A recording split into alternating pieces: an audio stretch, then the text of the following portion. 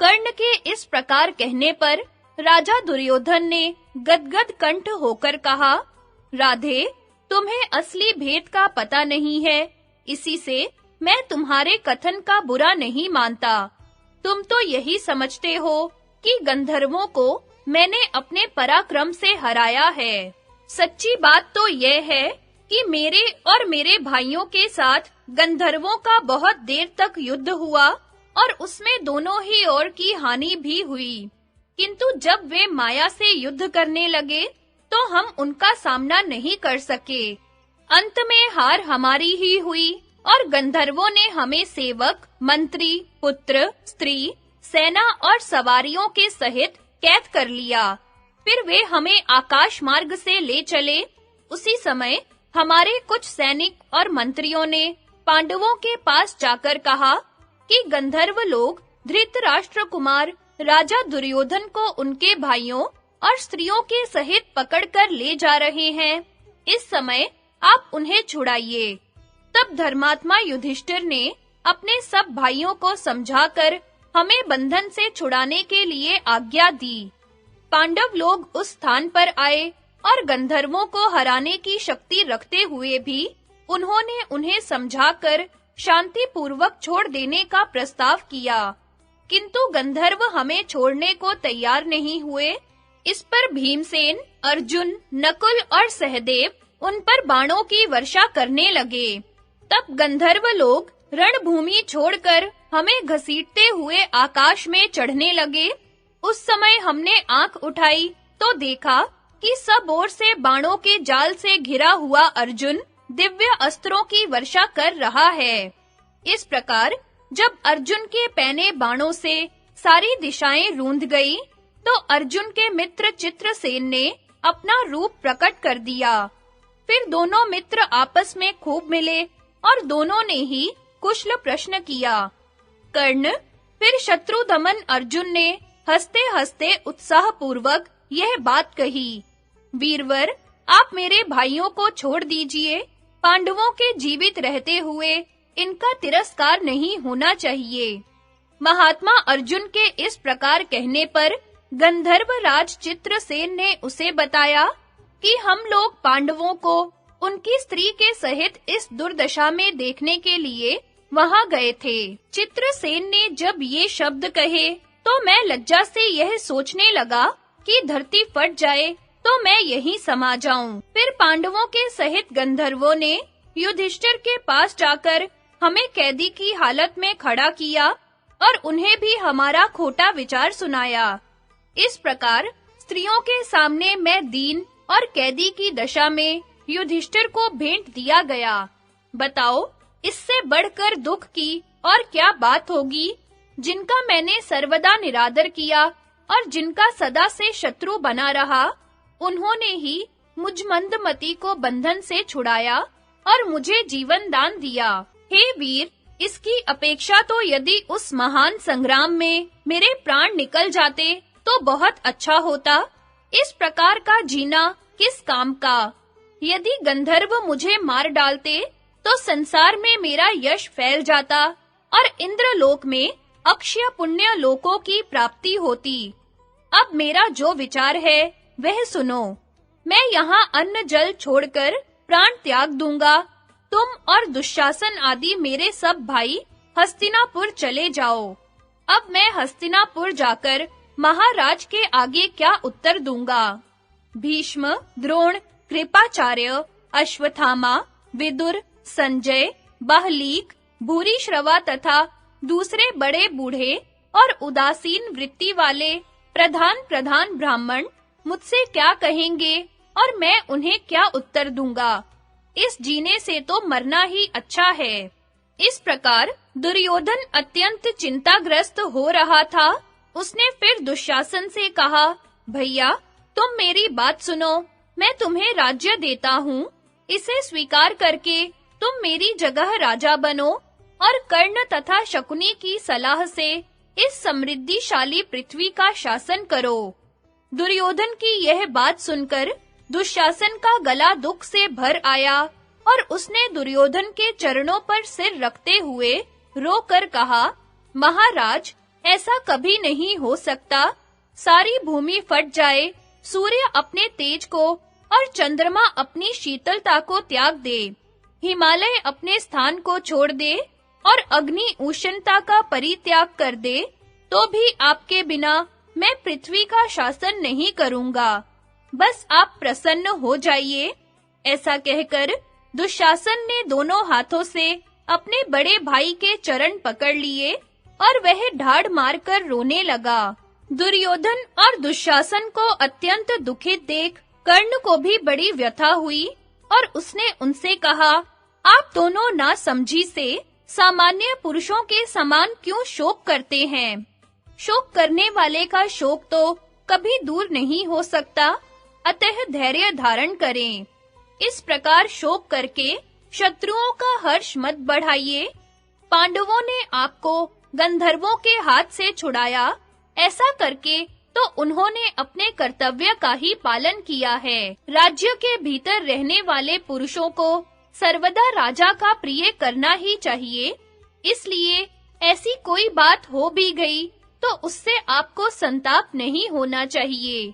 देखिए, आपके प्रायोपवेश के विचार को सुनकर आपके सभी भाई उदास हो गए हैं।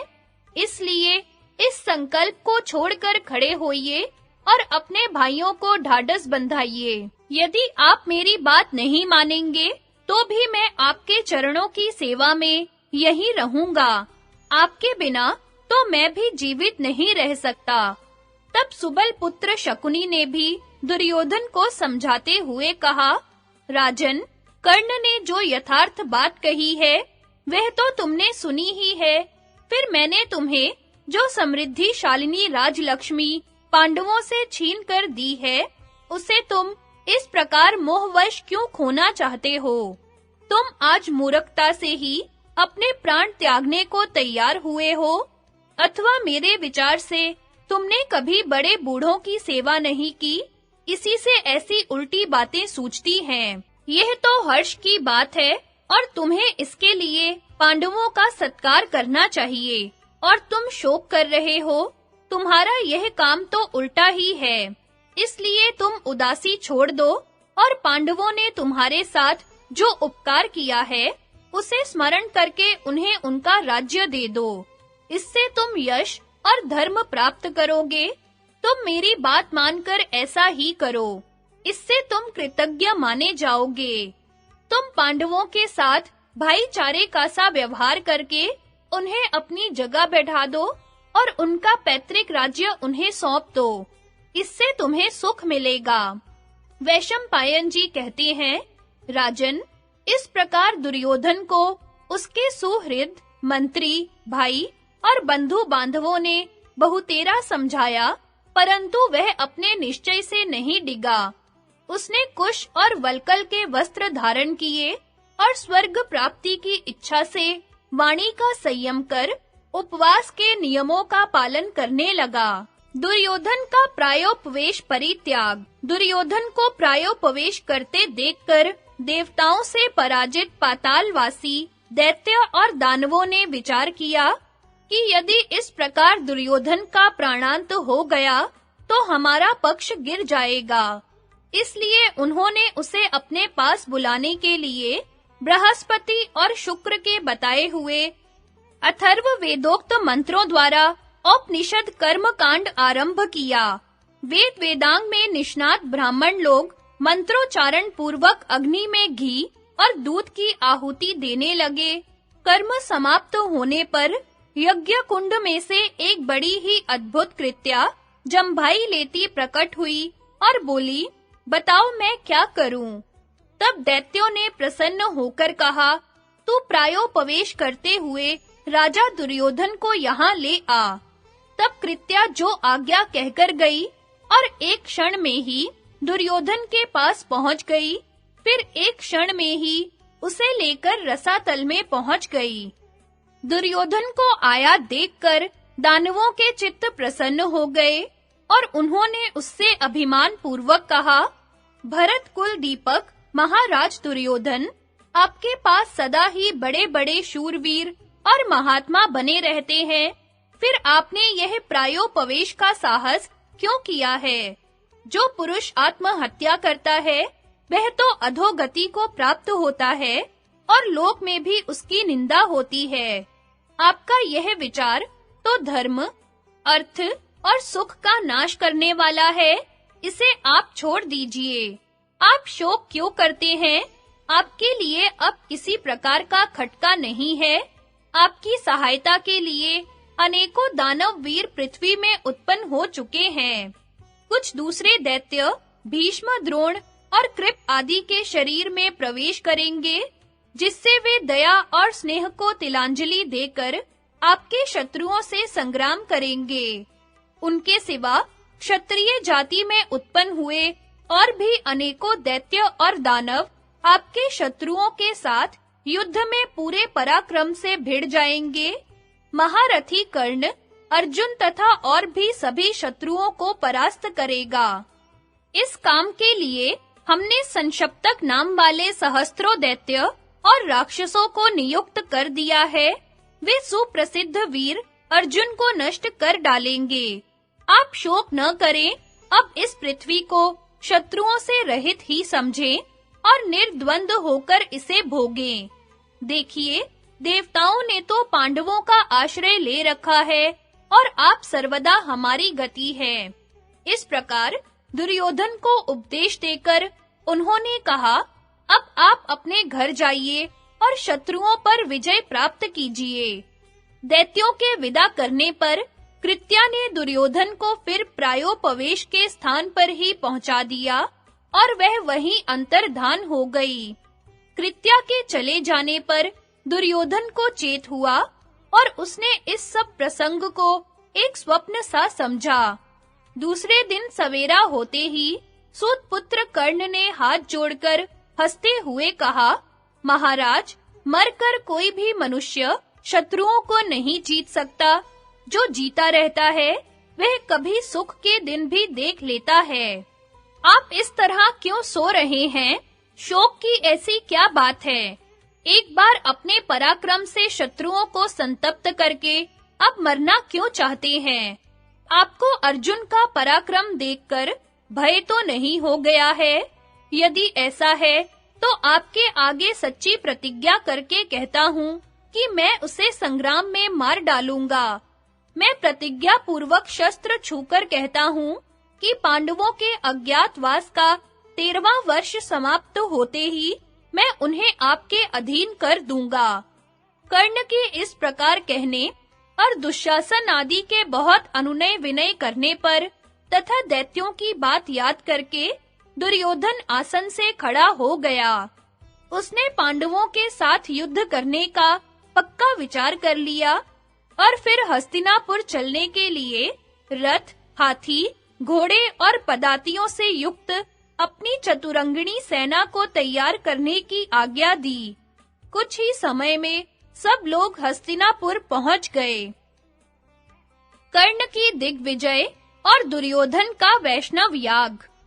जन्मेजय ने पूछा, मुनिवर, कृपा करके कहिए कि जिस समय महामना पांडवगण द्वैतवन में रहते थे, उस समय हस्तिनापुर में महाधनुर्धर धृतराष्ट्र पुत्र, सूत पुत्र कर्ण, महाबली शकुनी, भीष्म, द्रोण और कृपाचार्य ने क्या किया? वैशंपायन जी बोले, राजन, दुर्योधन के लौट आने पर पितामह भीष्म ने उससे कहा, वत्स, जब तुम द्वैतवन को जाने के लिए तैयार हुए थे, उसी समय मैंने तुमसे कहा था कि मुझे तुम्हारा वहां जाना अच्छा नहीं मालूम होता, किंतु तुम वहां चले ही गए। वहां शत्रुओं के हाथ से तुम्हें बंधन में पड़ना पड़ा और फिर धर्मज्ञ पांडवों ने ही तुम्हें उनसे छुड़ाया। इससे तुम्हें लज्जा नहीं आती? देखो, उस समय सारी सेना और तुम्हारे भी सामने ही यह सूत पुत्र गंधर्वों से डरकर भाग गया था। उस समय तुमने महात्मा पांडव और दुष्ट बुद्धि कर्ण का पराक्रम भी देखा ही होगा। यह कर्ण तो धनुर्वेद, शूरवीरता या धर्म में पांडवों के चौथाई हिस्से के बराबर भी नहीं है। अतः इस कुल की वृद्धि के लिए मैं तो पांडवों के साथ संधि कर लेना ही। भीष्म के इस प्रकार कहने पर राजा दुर्योधन हंसकर शकुनी के साथ चल दिए। उन्हें जाते देखकर कर्ण और दुशासन आदि भी उनके पीछे हो लिए। उन्हें अपनी पूरी बात सुने बिना ही जाते देख भीष्म जी भी अपने घर को चले गए। उनके जाने पर धृतराष्ट्र पुत्र राजा दुर्योधन फिर उसी जगह आकर अपने मंत्रियों से सलाह करने लगा कि हमारा हित किस प्रकार हो और अब हमें क्या करना चाहिए। उस समय कर्ण ने कहा, राजन सुनिए, मैं आपसे एक बात कहता हूँ। भीष्म सदा ही हमारी निंदा करते रहते हैं और पांडवों की प्रशंसा करते हैं। आपसे द्वेष करने के कारण उनका मेरे प्रति भी द्वेष हो गया है और आपके आगे वे मेरी तरह-तरह से निंदा करते हैं। सो मैं भीष्म के उन शब्दों को सहन नहीं कर सकता। आप मुझे सेवक, सेना और सवारी देकर पृथ्वी को विजय करने की आज्ञा दीजिए। आपकी विजय अवश्य होगी। मैं शस्त्रों की शपथ करके सच्ची प्रतिज्ञा करता हूँ। कर्ण के ये शब्द सुनकर दुर्योधन ने अत्यंत प्रेम से कहा, वीर कर्ण, तुम सदा ही मेरा हित करने के लिए उद्यत रहते हो। यदि तुम्हें निश्चय है कि मैं अपने सारे शत्रुओं को परास्त कर दूंगा, तो तुम जाओ और मेरे मन को शांत करो। दुर्योधन के ऐसा कहने पर कर्ण ने अपनी दिग्विजय यात्रा के लिए सभी आवश्यक चीजें तैयार करने की आज्ञा दी। फिर अच्छा मुहूर्त देखकर मांगलिक द्रव्यों से स्नान कर शुभ नक्षत्र और तिथि में कूच किया। उस समय ब्राह्मणों ने उसे आशीर्वाद दिया तथा उसके रथ की घरघराहट से तीनों लोक गूंज उठे। हस्तिनापुर से बड़ी भारी सेना के साथ चलकर पहले महाधनुर्धर कर्ण ने राजा द्रुपद की राजधानी को घेरा और बड़ा भीषण युद्ध करके वीर द्रुपद को अपना आश्रित बना लिया। उससे कर रूप में उसने बहुत सा सोना, चांदी और तरह-तरह के रत्न लिए। उसके बाद जो राजा द्रुपद के अधीन थे, उन्हें जीतकर उनसे भी कर लिया। फिर वहां से चलकर वह उत्तर दिशा में गया और उधर के सब राजाओं को हराया। महाराज भगदत्त को जीतकर वह शत्रुओं से लड़ता-लड़ता हिमालय पर चढ़ गया। इस प्रकार उस ओर के सब राजाओं को जीतकर उसने नेपाल देश के राजाओं को भी परास्त किया। फिर हिमालय से नीचे आकर पूर्व की ओर धावा किया और उस ओर के अंग, वंग, कलिंग, शुंडिक, मिथिला, मगध, कर्कखंड, आवशीर, योध्य और अहिक्षत्र आदि राज्यों को जीतकर अपने वश में किया। इसके पश्चात उसने वत्स भूमि को जीता और फिर केवला, मृतिकावती, मोहनपतन, त्रिपुरी और कोसला आदि पुरियों को अपने अधीन किया। इन सबको जीतकर और इनसे कर लेकर कर्ण ने दक्षिण की ओर प्रस्थान किया। उधर भी उसने अनेकों महारथियों को परास्त किया। रुक्मी के साथ कर्ण का बड़ा घोर युद्ध हुआ, किंतु अंत में उसे भी इच्छा अनुसार कर देना पड़ा। फिर वह पांड्य और श्रीशैल की ओर गया। वहां केरल, नील और वेणुदारी सुत आदि अनेकों राजाओं से कर लेकर फिर शिशुपाल के पुत्र को परास्त किया। उसके आसपास के जो राजा थे, उन्हें भी उस महावीर ने अपने अधीन कर लिया। इसके पश्चात अवंती देश के राजाओं को जीतकर सामपूर्वक वृष्णि वंशियों को अपने पक्ष में किया और फिर पश्चिम दिशा को जीतना आरंभ किया। उस दिशा में जाकर उसने यवन और बर्बर राजाओं से कर लिया। इस प्रकार उसने पूर्व, पश्चिम, उत्तर, दक्षिण सभी दिशाओं में सारी पृथ्वी विजय कर ली। इस तरह सारी पृथ्वी को अपने वश में करके जब वह धनुर्धर वीर कर्ण हस्तिनापुर में आया, तो राजा दुर्योधन ने अपने भाई, बड़े बूढ़े और बंधु बांधवों के सहित अगवानी करके उसका विधिवत सत्कार किया तथा बड़ी प्रसन्नता से उसकी दिग्विजय की घोषणा कराई। फिर कर्ण से कहा, कर्ण, तुम्हारा मंगल हो। तुमसे मुझे वह चीज मिली है जिसे मैं भीष्म, द्रोण, कृप और बाहलीक से भी प्राप्त नहीं कर सका। वे सब के सब पांडव तथा दूसरे राजा तो तुम्हारे 16वें अंश के बराबर भी नहीं हैं। मैंने पांडवों का बड़ा भारी राजसूय यज्ञ देखा था, तो अब मेरी भी इच्छा है राजसूय यज्ञ कराने की, जो तुम पूरी करो। दुर्योधन के इस प्रकार कहने पर कर्ण ने उससे कहा, राजन, इस समय सभी नृपति गण आपके अधीन हैं। आप राजाओं को बुलाकर यज्ञ की तैयारी कराइए। तब दुर्योधन ने अपने पुरोहित को बुलाकर उनसे कहा, द्विजवर, आप मेरे लिए शास्त्रानुसार विधिवत राजसूय यज्ञ आरंभ कर दीजिए।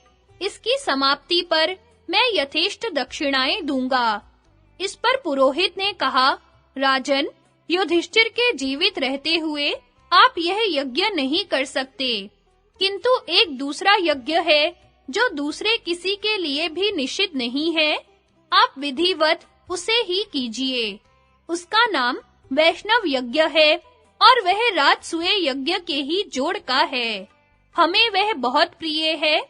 उससे आपका हित होगा और वह बिना किसी विघ्न बाधा के संपन्न हो जाएगा।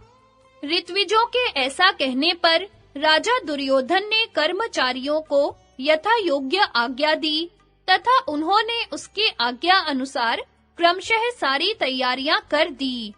तब महामति विदुर एवं मंत्रियों ने दुर्योधन को सूचना दी, राजन, यज्ञ की सब सामग्रियां तैयार हैं, सोने का बहुमूल्य हल भी बन चुका है और यज्ञ का नियत समय भी आ गया है।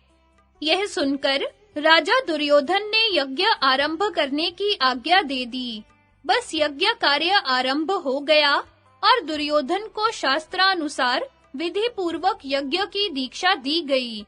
इस समय धृतराष्ट्र, विदुर, भीष्म, द्रोण, कृप, कर्ण, शकुनी और गांधारी सभी को बड़ी प्रसन्नता हुई। राजाओं और ब्राह्मणों को निमंत्रित करने के लिए शीघ्रगामी दूत भेजे गए। वे सब तेज चलने वाली सवारियों पर बैठकर जहां-तहां जाने लगे। उनमें से एक दूत से दुशासन ने कहा, तुम शीघ्र ही द्वैत वन जाओ और वहां रहने वाले पांडवों तथा ब्राह्मणों को विधिवत यज्ञ का निमंत्रण दो। उसने पांडवों के पास जाकर प्रणाम किया और उनसे कहा, महाराज, नृपति श्रेष्ठ दुर्योधन अपने पराक्रम से बहुत सा धन प्राप्त करके एक महायज्ञ कर रहे हैं। उसमें सम्मिलित होने के लिए जहां-तहां से बहुत से राजा और ब्राह्मण आ रहे हैं। महात्मा कुरुराज ने मुझे आपकी सेवा में भेजा है। धृतराष्ट्र कुमार महाराज दुर्योधन आपको यज्ञ के लिए निमंत्रित करते हैं। आप उनका यह अभीष्ट यज्ञ देखने की कृपा करें। दूत की यह बात सुनकर राजा युधिष्ठिर ने कहा, अपने पूर्वजों की कीर्ति बढ़ाने वाला राजा दुर्योधन महायज्ञ के द्वारा भगवान का यजन कर रहे हैं। यह बड़ी प्रसन्नता की बात है। हम भी उसमें सम्मिलित होते, किंतु इस समय ऐसा किसी प्रकार नहीं हो सकता, क्योंकि 13 वर्ष तक हमें वनवास के नियम का पालन करना है। धर्मराज की यह बात सुनकर भीमसेन ने कहा, तुम दुर्योधन से कह देना कि 13 वर्ष बीतने पर जब युद्ध यज्ञ में अस्त्र शस्त्रों से प्रज्वलित अग्नि में तुझे होमा जाएगा, तभी धर्मराज युधिष्ठिर वहां आएंगे। भीम के सिवा अन्य पांडवों ने कुछ भी नहीं कहा। फिर दूत ने दुर्योधन के पास जाकर सब बातें ज्यों की त्यों सुना दी। अब अनेकों देशों से प्रधान पुरुष और ब्राह्मण हस्तिनापुर में आने लगे। धर्मज्ञ विदुर जी ने दुर्योधन की आज्ञा से सभी वर्णों के पुरुषों का यथा योग्य सत्कार किया तथा उनके इच्छा अनुसार खाने पीने की सामग्री, सुगंधित माला और तरह-तरह के वस्त्र देकर उन्हें संतुष्ट किया। राजा दुर्योधन ने सभी के लिए शास्त्रानुसार यथा योग्य निवास गृह बनवाए तथा सभी राजा और ब्राह्मणों को बहुत सा धन देकर विदा किया। फिर वह भाइयों तथा कर्ण और शकुनी के सहित हस्तिनापुर में लौट आया। जन्मेजय ने पूछा, मुने, दुर्योधन को बंधन से छुड़ाने के पश्चात महाबली पांडवों ने उस वन में क्या किया, यह मुझे बताने की कृपा करें।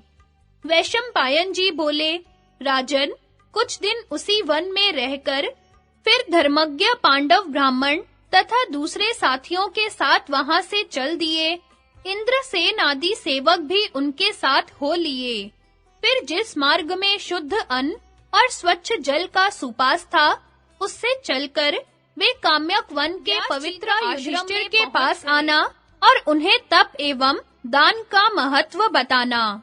वैशंपायन जी कहते हैं, जन्मेजय, इस प्रकार वन में रहते हुए महात्मा पांडवों के 11 वर्ष बड़े कष्ट से बीते। वे फल मूल खाकर रहते थे, सुख भोगने के योग्य होकर भी महान दुख सहते थे। वे सब के सब महापुरुष थे, इसलिए यह सोचकर कि यह हमारे कष्ट का समय है, इसे धैर्य पूर्वक सहन करना चाहिए, घबराते नहीं थे। राजा युधिष्ठिर सोचते, हमारे भाइयों पर जो यह महान दुख आ पड़ा है, यह मेरी ही करनी का तो फल है। ये सब मेरे ही अपराध से तो कष्ट भोग रहे हैं। ये बातें उनके हृदय में कांटे सी चुभती थी। उन्हें रात भर नींद नहीं आती थी।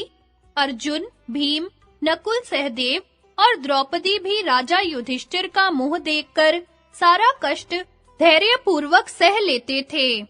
चेहरे पर दुख का भाव नहीं प्रकट होने देते थे। उत्साह युक्त चेष्टाओं से उनके शरीर का भाव ही बदल गया था। एक समय की बात है, सत्यवती नंदन व्यास जी पांडवों को देखने के लिए वहां आए। उन्हें आते देख युधिष्ठिर आगे बढ़कर बड़े सत्कार के साथ लिवा लाए। उन्हें आदर पूर्वक एक आसन पर बैठाया और भक्ति भाव से प्रणाम करके प्रसन्न किया। फिर स्वयं भी सेवा के विचार से विनय पूर्वक उनके पास ही बैठ गए। अपने पौत्रों को वनवास के कष्ट से दुर्बल और जंगली फल मूल खाकर जीवन निर्वाह करते देख व्यास जी की आंखों में आंसू आ गए।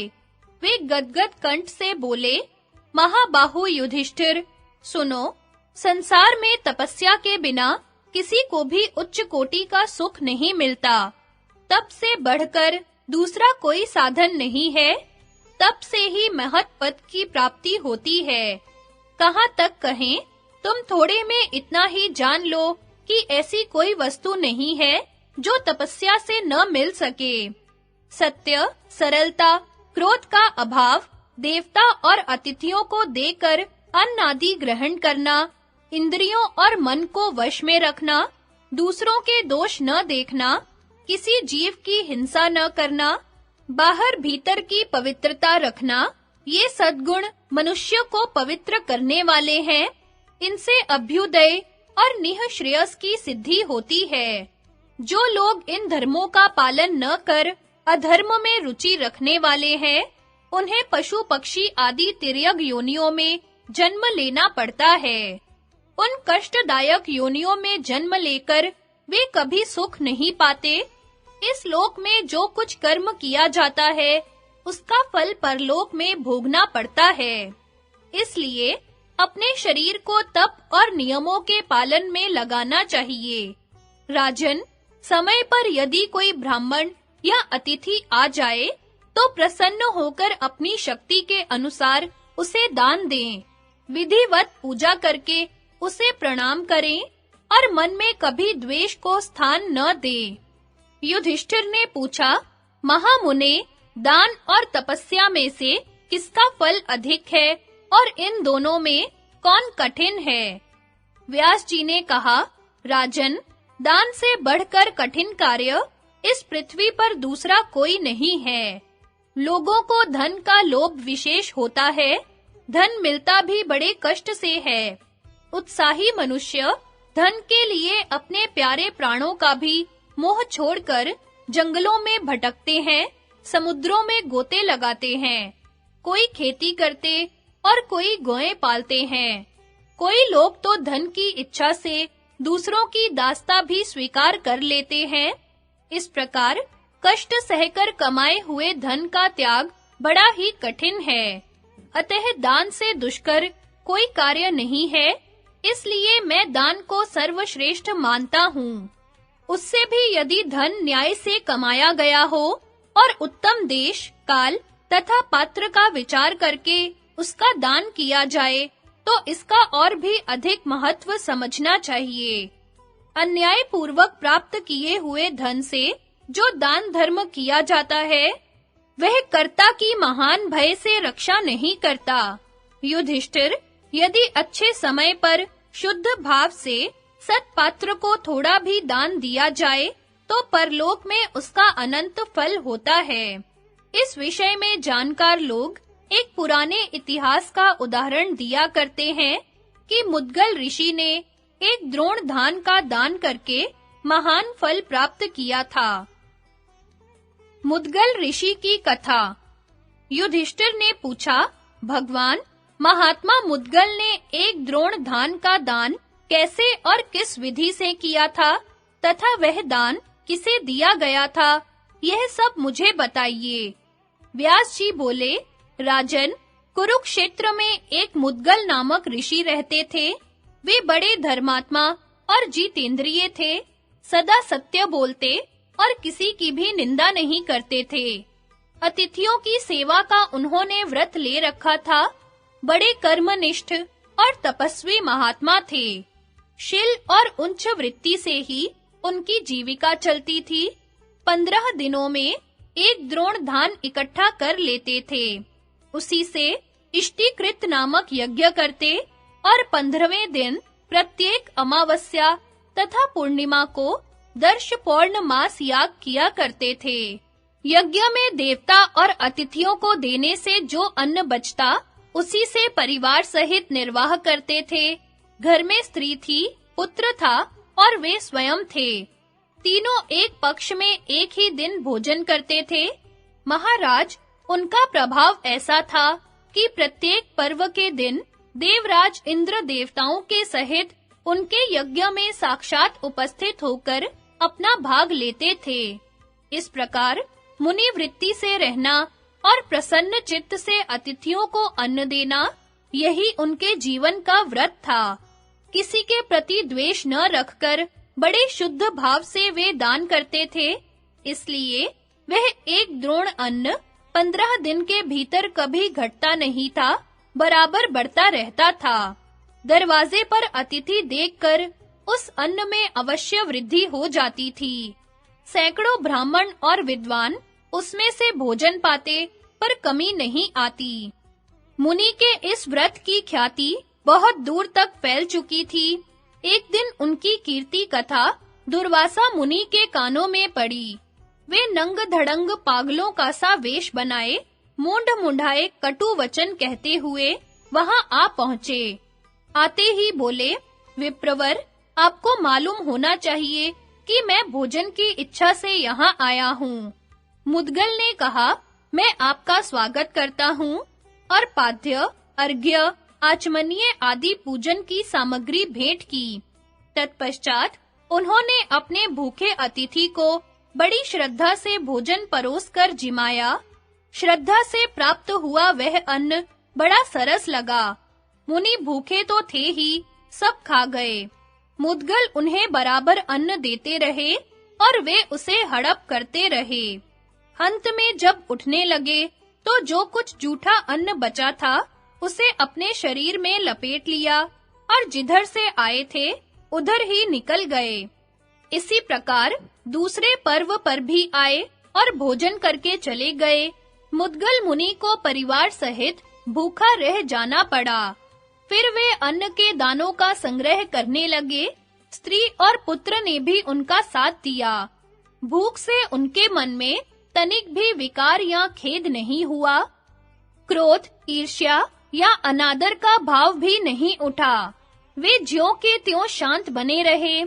पर्व आने पर दुर्वासा मुनि फिर उपस्थित हुए। इसी प्रकार वे लगातार 6 बार प्रत्येक पर्व पर आए, किंतु कभी भी मुद्गल ऋषि के मन में कोई विकार नहीं देखा। हर बार उनके चित्त को शांत और निर्मल ही पाया। इससे दुर्वासा को बड़ी प्रसन्नता हुई। उन्होंने मुद्गल से कहा, मुने, इस संसार में तुम्हारे समान दाता कोई भी नहीं है। ईर्ष्या तो तुमको छू तक नहीं गई है। भूख बड़े-बड़े लोगों के धार्मिक विचार को हिला देती है और धैर्य हर लेती है। जीभ तो रसना ही ठहरी, यह सदा रस का आस्वादन करने वाली है। मनुष्य का चित्त रस की ओर खींचती ही रहती है। भोजन से ही प्राणों की रक्षा होती है। मन तो इतना चंचल है कि इसको वश में करना अत्यंत कठिन जान पड़ता है। मन और इंद्रियों की एकाग्रता को ही निश्चित रूप से तप कहा गया है। इन सब इंद्रियों को काबू में रखकर भूख का कष्ट सहते हुए बड़े परिश्रम से प्राप्त किए हुए धन को शुद्ध हृदय से दान करना अत्यंत कठिन है। किंतु यह सब कुछ तुमने सिद्ध कर लिया है। तुमसे मिलकर मैं बहुत प्रसन्न हूँ। तुम्हारा अपने ऊपर अनुग्रह मानता हूँ। इंद्रिय विजय, धैर्य, दान, शम, दम, दया, सत्य और धर्म, ये सब तुम में पूर्ण रूप से विद्यमान है। तुमने अपने शुभ कर्मों से सभी लोकों को जीत लिया, परम पद प्राप्त कर लिया है। देवता भी तुम्हारे दान की महिमा गा कर उसकी सर्वत्र घोषणा करते हैं। दुर्वासा मुनि इस प्रकार बात कर ही रहे थे कि देवताओं का दूत एक विमान के साथ वहां आ पहुंचा। उसमें दिव्य हंस और सारस जुते हुए थे और उससे दिव्य सुगंध निकल रही थी। वह देखने में बड़ा ही विचित्र और इच्छानुसार चलने वाला था। देवदत्त ने महर्षि मुद्गल से कहा, मुने, यह विमान आपको शुभ कर्मों से प्राप्त हुआ है। इस पर बैठिए। आप सिद्ध हो चुके हैं। देवदूत की बात सुनकर महर्षि ने उससे कहा, देवदूत, सत्पुरुषों में 7 पग एक साथ चलने से ही मित्रता हो जाती है। उसी मैत्री को सामने रखकर मैं आपसे कुछ पूछ रहा हूँ। उत्तर में जो सत्य और हितकर बात हो उसे बताइए। आपकी बात सुनकर फिर अपना कर्तव्य निश्चित करूंगा। प्रश्न यह है, स्वर्ग में क्या सुख है और क्या महर्षि मुद्गल, आपकी बुद्धि बड़ी उत्तम है। जिसको दूसरे लोग बहुत बड़ी चीज समझते हैं, वह स्वर्ग का उत्तम सुख आपके चरणों में लौट रहा है। फिर भी आप अनजान से बनकर इसके संबंध में विचार करते हैं, पूछते हैं, यह कैसा है? आपकी आज्ञा के अनुसार मैं बताता हूँ। स्वर्ग यहाँ से बहुत ऊपर का लोक है, उसको स्वर्लोक भी कहते हैं। बड़े उत्तम मार्ग से वहाँ जाना होता है। वहाँ के लोग सदा विमानों पर विचरा करते हैं।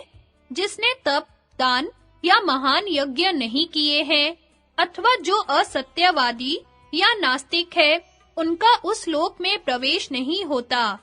जो लोग धर्मात्मा, जितेंद्रिय, शम दम से संपन्न और द्वेष रहित हैं, तथा जिन्होंने दान धर्म का पालन किया है, वे उस लोक में जाते हैं। इसके सिवा वे शूरवीर भी, जिनकी वीरता युद्ध में प्रमाणित हो चुकी है, स्वर्ग लोक के अधिकारी हैं। वहाँ देवता, साध्य, विश्वे देव, महर्षि, याम, धाम, गंधर्व और अप्सरा, इन सबके अलग-अलग अनेकों लोक हैं, जो बड़े ही कांतिमान, इच्छा अनुसार प्राप्त होने वाले भोगों से संपन्न तथा तेजस्वी हैं। स्वर्ग में 33,000 योजन का एक बहुत ऊंचा पर्वत है, जिसका नाम है सुमेरु गिरी। वह पर्वत सुवर्ण का है। उसके ऊपर देवताओं के नंदन वन आदि अनेकों सुंदर उद्यान हैं, जो पुण्य आत्माओं के विहार के स्थान है। वहाँ किसी को भूख प्यास नहीं लगती, मन में कभी उदासी नहीं आती, गर्मी और जाड़े का कष्ट नहीं होता और न कोई भय ही होता है। वहाँ कोई ऐसी अशुभ वस्तु नहीं होती जिसको देखकर घृणा हो। सब और मन को प्रसन्न करने वाली सुगंध छाई रहती है, शीतल मंद हवा चलती है। सब और मन और कानों को प्रिय लगने वाले शब्द सुन पड़ते हैं। वहाँ कभी शोक नहीं होता, किसी का विलाप नहीं सुनाई देता, न बुढ़ापा आता है और न शरीर में थकावट का अनुभव होता है। स्वर्गवासियों के शरीर में तेजस तत्व की प्रधानता होती है। वे शरीर पुण्य कर्मों से ही प्राप्त होते हैं। माता-पिता के रजवीर्य से उनकी उत्पत्ति नहीं होती, उनमें कभी पसीना नहीं निकलता, दुर्गंध नहीं आती और मल मूत्र भी नहीं निकलता। उनके कपड़े कभी मैले नहीं होते। वहां के दिव्य कुसुमों की मालाएं दिव्य सुगंध फैलाती रहती हैं, कभी कुम्हलाती नहीं। तुम्हारे सामने जो यह विमान है, ऐसे विमान वहां सबके पास होते हैं। वे किसी से ईर्ष्या नहीं रखते, द्वेष नहीं मानते, बड़े सुख से जीवन व्यतीत करते हैं। इन देवताओं के लोकों से भी ऊपर अनेकों दिव्य लोक हैं। इनमें सबसे ऊपर ब्रह्मलोक है। वहां अपने शुभ कर्मों से पवित्र ऋषि मुनि जाते हैं। वहीं ऋभु नामक देवता भी रहते हैं, जो स्वर्गवासी देवताओं के भी पूज्य हैं। देवता भी उनकी आराधना करते हैं। उनके लोक स्वयं प्रकाश हैं, तेजस्वी हैं और सब तरह की कामनाओं को पूर्ण करने वाले हैं। उन्हें लोकों के ऐश्वर्य के लिए मन में ईर्ष्या नहीं होती। आहुति पर उनकी जीविका निर्भर नहीं हुआ करती। उन्हें अमृत पीने की भी आवश्यकता नहीं रहती। उनके देह दिव्य ज्योतिर्मय है। उनका कोई विशेष आकार नहीं है। वे सुख स्वरूप हैं। सुख भोग की इच्छा उन्हें कभी नहीं होती। वे देवताओं के भी देवता एवं सनातन हैं। महाप्रलय के समय भी उनका नाश होता है। फिर उनमें जरा मृत्यु की आशंका तो हो ही कैसे सकती है। हर्ष प्रीति, सुख दुख, राग द्वेष आदि का उनमें अत्यंत अभाव होता है। स्वर्ग के देवता भी उस स्थिति को प्राप्त करना चाहते हैं। वह परासिद्धि की अवस्था है जो सबको सुलभ नहीं है। भोगों की इच्छा रखने वाले तो उस सिद्धि को पा ही नहीं सकते। ये जो 33 देवता हैं, उन्हीं के लोकों को मनीषी पुरुष उत्तम नियमों के आचरण से तथा विधि पूर्वक दिए हुए दान से प्राप्त करते हैं। तुमने अपने दान के प्रभाव से यह सुखमयी सिद्धि प्राप्त की है। अपनी तपस्या के तेज से दैदीप्यमान होकर अब उसका उपभोग करो। हे विप्र, यही स्वर्ग का सुख है और ये ही वहां के अनेकों प्रकार के लोक हैं। इस प्रकार अब तक तो मैंने स्वर्ग के गुण बताए हैं, अब दोष भी सुनो। स्वर्ग में अपने किए हुए कर्मों का ही फल भोगा जाता है, नया कर्म नहीं किया जाता। वहां का भोग अपनी मूल पूंजी गवाकर ही प्राप्त होता है। मेरी समझ में यही वहां का सबसे बड़ा दोष है कि वहां से एक ना एक दिन पतन हो ही जाता है। सुखद ऐश्वर्य का उपभोग करके उससे निम्न स्थान में गिरने वाले प्राणियों को जो असंतोष और वेदना होती है, उसका वर्णन करना कठिन है। उनके गले की माला कुम्हला जाती है, यही स्वर्ग से गिरने की सूचना है। यह देखते ही उनके मन में भय समा जाता है, अब गिरा कि अब गिरा। उन पर रजोगुण का प्रभाव पड़ जाता है। जब गिरने लगते हैं तो उनकी चेतना लुप्त हो जाती है, सुध बुध नहीं रहती। ब्रह्मलोक तक जितने भी लोक हैं, सब में यह भय बना रहता है। मुद्गल बोले, ये तो आपने स्वर्ग के महान दोष बताए। इनके अतिरिक्त जो निर्दोष लोक हो, उसका वर्णन कीजिए। देवदूत ने कहा, ब्रह्मलोक से भी ऊपर विष्णु का परम धाम है। वह शुद्ध सनातन ज्योतिर्मय लोक है। उसे परब्रह्म पद भी कहते हैं। विषयी पुरुष तो वहां जा ही नहीं सकते। दंभ, लोभ, क्रोध, मोह और द्रोह से युक्त पुरुष भी वहां नहीं पहुंच सकते। वहां तो ममता और अहंकार से रहित, द्वंद्वों से परे रहने वाले, जितेंद्रिय तथा ध्यान योग में लगे रहने वाले महात्मा पुरुष ही जा सकते हैं। मुद्गल, तुम्हारे प्रश्न के अनुसार ये सारी बातें मैंने बता दी। अब कृपा करके चलो, जल्दी चलें, देर न करो। व्यास जी कहते हैं, देवदूत की बात सुनकर मुद्गल ऋषि ने उस पर अपनी बुद्धि से विचार किया और फिर बोले, देवदूत, मेरा आपको प्रणाम है, आप प्रसन्नता से पधारिए। स्वर्ग में तो बड़ा भारी दोष है, मुझे उस स्वर्ग से और वहां के सुख से कोई काम नहीं है। पतन के बाद तो स्वर्गवासियों को बड़ा भारी दुख और पश्चाताप होता होगा, इसलिए मुझे स्वर्ग नहीं चाहिए। जहां जाकर व्यथा और शोक से पिंड छूट जाए, केवल उसी स्थान का अब मैं अनुसंधान करूंगा। ऐसा कहकर धर्मात्मा मुनि ने देवदूत को तो विदा कर दिया और स्वयं पूर्ववत शीलोंच वृत्ति से रहते हुए उत्तम रीति से शम का पालन करने लगे। उनकी दृष्टि में निंदा और स्तुति, मिट्टी का ढेला और सुवर्ण सब एक से हो गए। वे विशुद्ध ज्ञान योग का आश्रय ले नित्य ध्यान योग के परायण रहने लगे। ध्यान से वैराग्य का बल पाकर उन्हें उत्तम बोध प्राप्त हुआ, जिसके द्वारा उन्होंने मोक्ष रूपा परम सिद्धि प्राप्त कर ली। इसलिए युधिष्ठिर, तुम्हें भी शोक नहीं करना चाहिए। मनुष्य पर सुख के बाद दुख और दुख के बाद सुख आता रहता है। 13वें वर्ष के बाद तुम्हें अपने पिता पितामहों का राज्य अवश्य प्राप्त होगा। अब अपने मन की चिंता दूर करो। वैशंपायन जी कहते हैं, भगवान व्यास युधिष्ठिर से इस प्रकार कहकर उन्हें तप करने के लिए अपने आश्रम पर चले गए। दुर्योधन के द्वारा दुर्वासा का अतिथि सत्कार और वरदान पाना। जन्मेजय ने पूछा, वैशंपायन जी, जिस समय महात्मा पांडव वन में निवास कर ऋषि मुनियों के साथ अत्यंत विचित्र कथा वार्ताएं सुनते हुए अपना समय आनंद पूर्वक व्यतीत कर रहे थे, उस समय दुशासन, कर्ण और शकुनी की राय से चलने वाले पापाचारी दुरात्मा दुर्योधन आदि ने उनके साथ कैसा बर्ताव किया? भगवन, अब आप मुझे यही बात बताइए।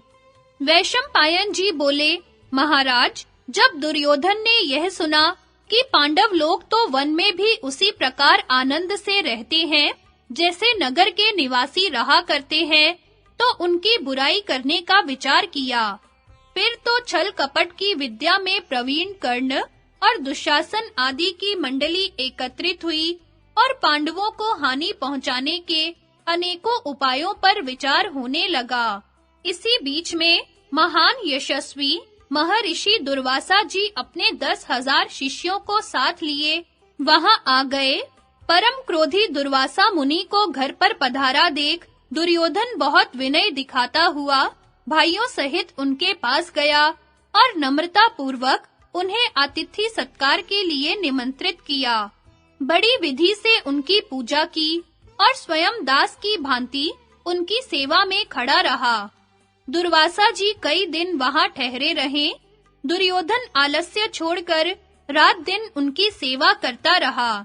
भक्ति भाव के कारण नहीं, उनके शाप से डरकर वह उनकी सेवा करता था।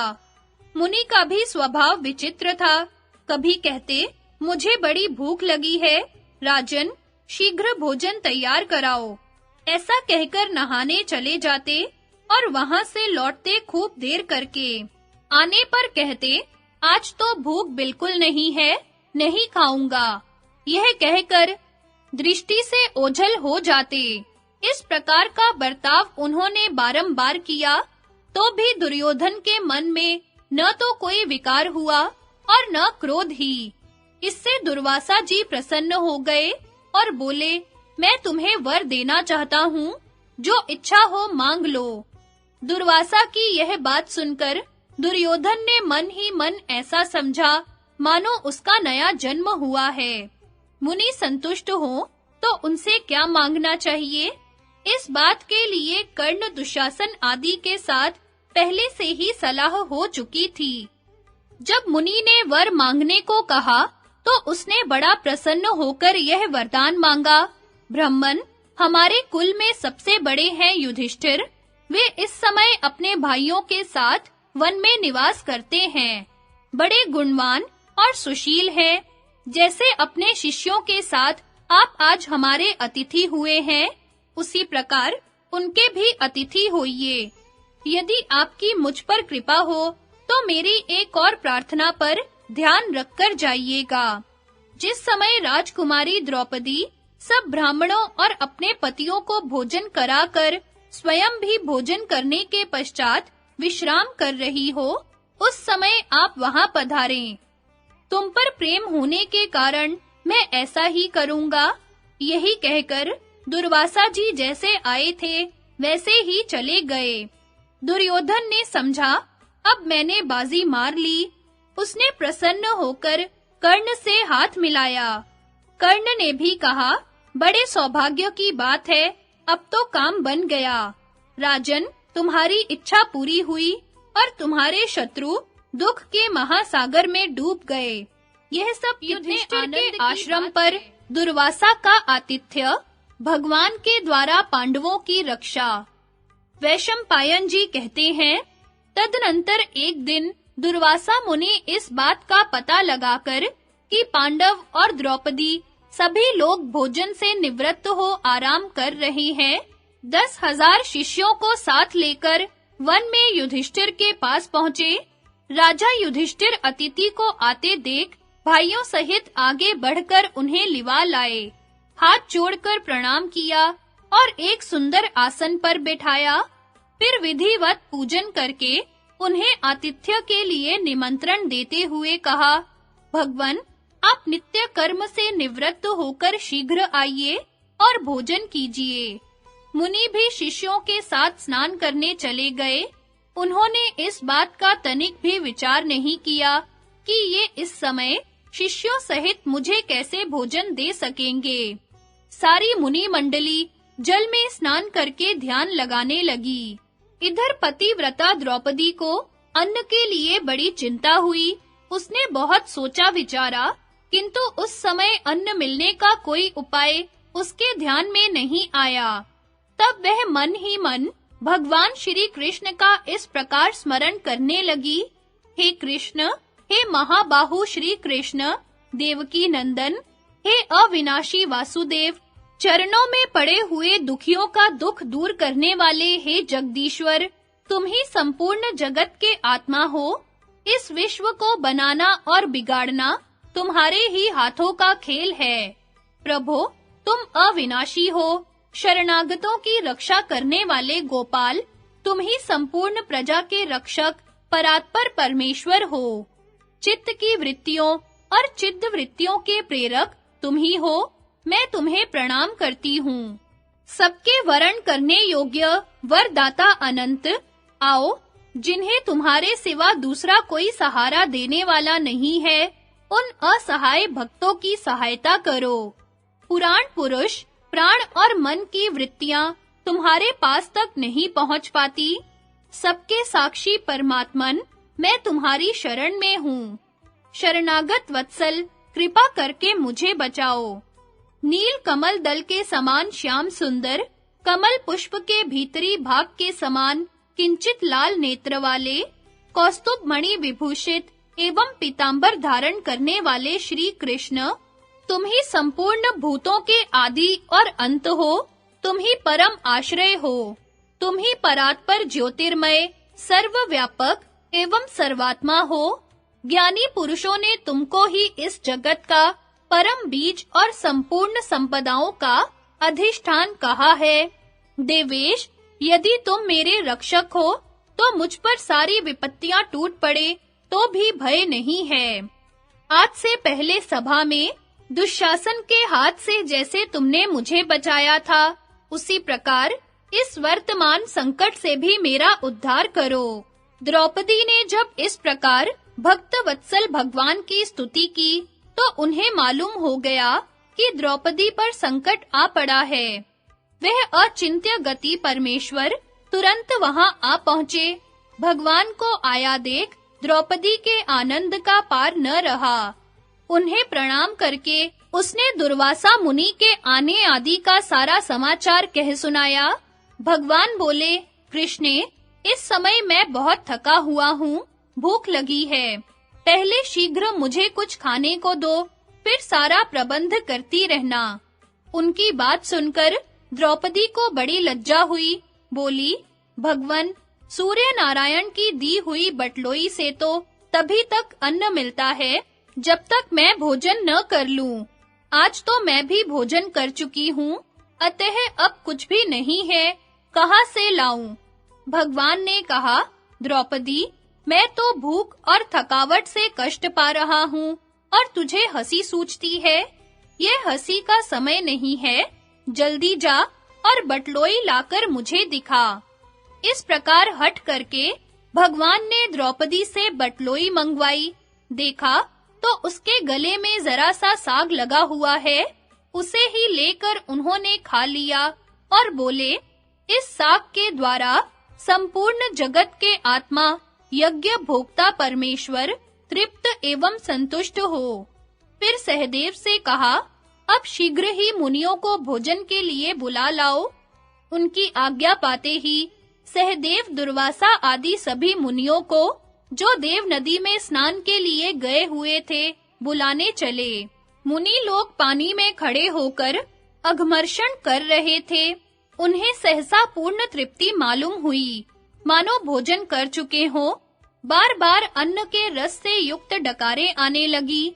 जल से बाहर निकलकर सब एक दूसरे की ओर देखने लगे। सबकी एक ही अवस्था हो रही थी। फिर सब लोग दुर्वासा से कहने लगे, ब्रह्मर्षि, राजा को अन्न तैयार कराने की आज्ञा देकर हम लोग यहाँ नहाने आए थे, पर इस समय तो इतनी तृप्ति हो गई है कि कंठ तक अन्न भरा हुआ जान पड़ता है। कैसे भोजन करेंगे? हमने जो रसोई तैयार कराई है वह व्यर्थ होगी। अब इसके लिए क्या करना चाहिए? दुर्वासा बोले, सचमुच ही व्यर्थ भोजन बनवाकर हम लोगों ने राजऋषि युधिष्ठिर का महान अपराध किया है। राजा अम्बरीश का प्रभाव अभी हमें भूला नहीं है। उस घटना को याद करके मैं भगवान के भक्तों से सदा डरता रहता हूँ। समस्त पांडव भी वैसे ही महात्मा हैं। ये धार्मिक, शूर, विद्वान, व्रतधारी, तपस्वी, सदाचारी तथा नित्य भगवान वासुदेव के भजन में ही लगे रहने वाले हैं। जैसे आग रुई की ढेरी को जला डालती है, उसी प्रकार क्रोधित होने पर पांडव भी हमें जला सकते हैं। इसलिए शिष्यों, अब कल्याण इसी में है कि पांडवों से बिना पूछे ही तुरंत भाग चलो। अपने गुरुदेव दुर्वासा मुनि की यह बात सुनकर भला शिष्य लोग कैसे ठहर सकते थे? पांडवों के भय से भागकर सबने दसों दिशाओं की शरण ली। सहदेव ने जब देव नदी गंगा जी में मुनियों को नहीं देखा, तो आसपास के घाटों पर घूम-घूम कर खोजने लगे। वहां रहने वाले तपस्वी ऋषियों से उन्होंने उनके भाग जाने का समाचार सुना। तब वे युधिष्ठिर के पास लौट आए और सारा वृत्तांत उनसे निवेदन कर दिया। तत्पश्चात जितेंद्रिय पांडव उनके पुनः लौट आने की आशा से बड़ी देर तक प्रतीक्षा करते रहे। उनको यह संदेह था कि मुनि आधी रात के बाद अचानक आकर फिर हमसे छल करेंगे।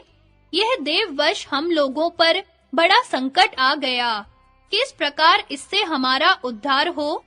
इस प्रकार चिंता करते हुए वे बारंबार उच्च श्वास खींचने लगे। उनकी यह दशा देख भगवान श्री कृष्ण ने कहा, परम क्रोधी दुर्वासा मुनि से आप लोगों पर बहुत बड़ी विपत्ति आने वाली है। यह जानकर द्रौपदी ने मेरा स्मरण किया था, इससे मैं तुरंत यहाँ आ गया। अब आप लोगों को दुर्वासा से तनिक भी भय नहीं है। वे आपके तेज से डरकर पहले ही भाग गए हैं। जो सदा धर्म में तत्पर रहते हैं, वे दुख में नहीं पड़ते। अब आप लोगों से जाने के लिए आज्ञा चाहता हूँ। आप लोगों का कल्याण हो। भगवान की बात सुनकर द्रौपदी सहित पांडवों की घबराहट दूर हुई। वे बोले, गोविंद, तुम्हें ही अपना रक्षक पाकर हम लोग बड़ी-बड़ी विपत्तियों से पार हुए हैं। जैसे महासागर में डूबते हुए को जहाज मिल जाए, उसी प्रकार तुम हमें सहायक मिले हो। जाओ, यूं ही भक्तों का कल्याण किया करो। इस प्रकार उनकी अनुमति लेकर भगवान श्री कृष्ण द्वारकापुरी को चले गए और पांडव भी द्रौपदी के साथ एक वन से दूसरे वन में घूमते हुए प्रसन्नता पूर्वक रहने लगे।